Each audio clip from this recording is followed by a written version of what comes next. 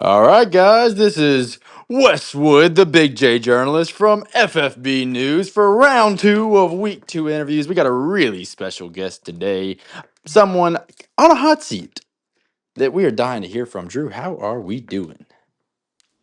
Um, Surviving. First Surviving. first 2 weeks are a little tough. Week two, I don't know if you saw, but only 55% on the points Yeah, yeah, of what we I could have gotten. yeah, we see, here at FFB News, we see everything, and that one wasn't hard to see. We're gonna get into that in just a moment. Drew, your Montreal Express was what I would say a consensus playoff contender coming into the season. Yet you sit at ninth place and winless. Would you say this is a statistical anomaly or the team's failure to launch a sign that the squad was vastly overrated from the start? Well, it's the Montreal Expos, but Excuse I'd me. say that, yeah, I'd say that, um, we got stuff in the tank. I'll tell you that. Um, like the '07 Giants, you might start off 0-2, but you make the playoffs, anything can happen, and there's still a long season left. And my apologies. That was just a little bit of a typo in my notes. Completely unprofessional. This is the Montreal Expos. Excuse me, guys. Let's put some respect on his name. Don't know how much there is to give out right now, but it at least deserves that. Your start Thanks for sit that. Thanks for Yeah, that. absolutely. Your start sit accuracy. Let's talk about this. You are sitting through 2 weeks at a dismal 66.6%. And I think most of us would call that a failing grade, as you know, we're adults. We're not in high school. We're not children. The 66 is failing. And you've left an astounding 82 points on your bench through 2 weeks. How do you explain leaving that much production on the table? And at what point do you look in the mirror and maybe say the owner is the biggest problem of the Montreal Expos?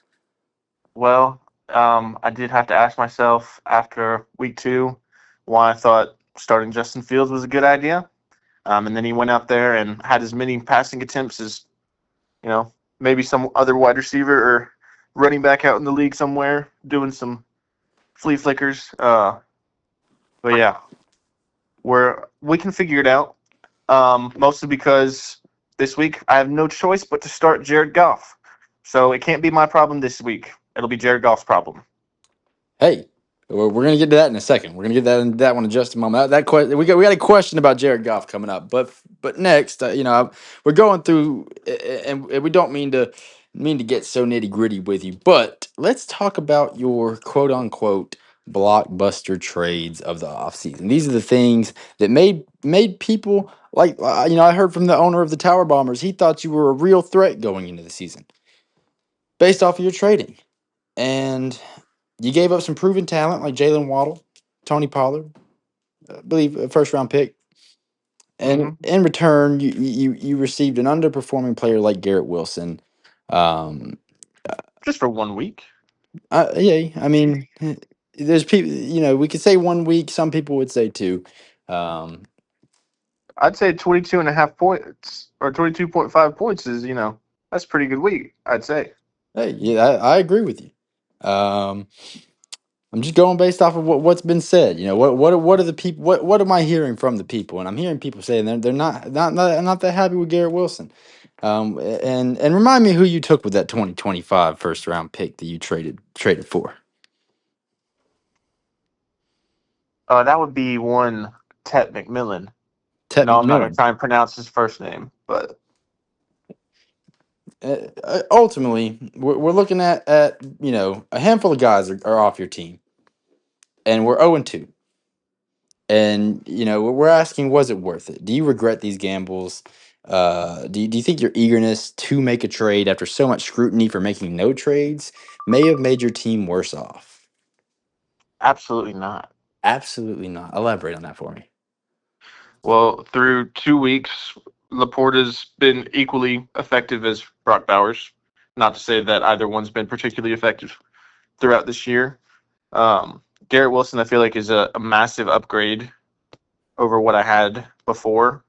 Even with Justin Fields out, I feel like Tyrod Taylor's going to target him and go to that well over and over again.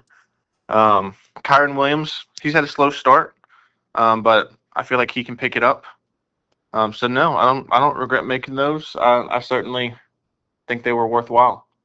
And not to keep hammering on it, but with Kyra Williams, we're hearing some buzz that after Blake Corum's week 2 performance, that he could potentially at some point, throughout the season, have a real shot at that workhorse, position rather than Kyron. Do you think there's any validity to that statement? I don't think there is any validity to that statement. But in the on the off chance that something does happen, good thing I got Blake Corum too. Hey, not a bad place to be, right?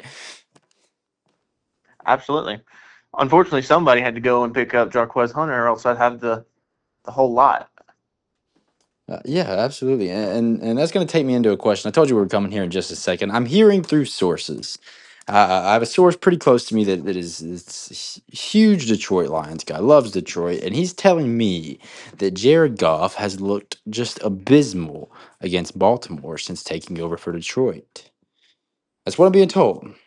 Are you confident in the quarterback to reverse that trend? Do you think he's going to come out looking great, looking good, looking bad? What are we going to see? Because I think this is definitely what a lot of people in the league are calling a must-win game for the Expos. Yeah, I mean, looking through it, he's had some rough starts against the Ravens. But it's a new year, new coordinator. Some might say it wasn't an upgrade on the coordinator because um, him going to take another job. But seeing 5 touchdown passes last week, granted it was against the Bears, but I'm still excited to see what that Lions offense can do. He's got plenty of weapons. And does any part of you question maybe we go into the free agency pool and pick up a different quarterback? And I'm not sure if you were familiar with the Baltimore stat or not. Did any if you didn't know or if you just now found out, does any part of you say, hey, maybe we do look into just what else is out in the quarterback pool right now? I mean, you take a look, but I'm not too upset in having a quarterback that's finished top 7 over the past 3 years. Yeah, I'm with you there. I'm a huge defender of Jared Goff. I think there's a lot of people out there that value Patrick Mahomes over Jared Goff in fantasy football, and I'd call them idiots. I tend to agree with you there, Wes. All right, that's going to take me into question number 5. You are currently in ninth place. You are barely outscoring a perennial loser in the 205 Kings. Is it time to face the music and admit this season is a lost cause, to start moving away from what you had planned for the season? Or do you see a path to the playoffs for a team that's shown so far nothing but disappointment? I say absolutely. There's a path to the playoffs. We're 2 weeks in. We got a long season ahead of us, and if it weren't for some missteps, some misstarts last week, we would have had an easy dub. So, a lot of game left, a lot of time left in this season. So I'm not scared of it yet. Not making any changes. All right, so keep chugging. We've asked a lot of take a look in the mirror questions today. A lot of hard questions. A lot of questions about your team struggles. A lot of questions about what decisions is this owner making. But with that said, we want to give some bit of optimism. It's a little hard to do with an 0-2 team. We interviewed Ryan in 205 Kings before he had a chance to start losing, so he was at a bit of an advantage to you in the way we frame our questions. But we want to give you a chance. What exactly is a realistic road to redemption and that road of success? What does that look like for the Expos? What do you think has to change to get this team back on track? Do we look into trades? Do we, where are we going? What's the plan here?